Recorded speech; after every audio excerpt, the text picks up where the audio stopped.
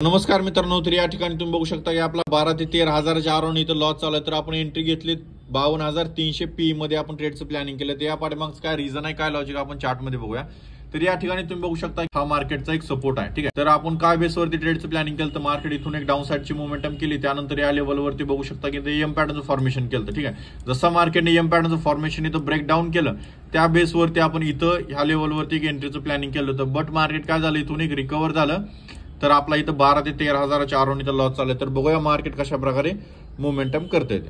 ठीक आहे, तर या ठिकाणी तुम्ही बघू शकता की आपला लॉस वाढून 20,000च्या अराउंड इथं आपला लॉस गेलेला आहे. तर या पाठीमागचं रिझन या ठिकाणी तुम्ही बघू शकता की मार्केट काय झालं, इथून मार्केटने डाऊन साईडची पण मोमेंटम केली. बट या जेवढ्या पॉईंटच्या मार्केटमध्ये मोमेंटम झाल्या तेवढ्या पॉईंटच्या स्ट्राईक प्राइस मध्ये मोमेंटम झाल्या नसल्यामुळे काय झालं, इथं प्राइस डिके झाली. या ठिकाणी तुम्ही बघू शकता या लेवलवरती आपण ट्रेडचं प्लॅनिंग केलं, तर तिथूनच मार्केट झालंय, प्राइस डिके असल्यामुळे आपला लॉस वाढलेला आहे.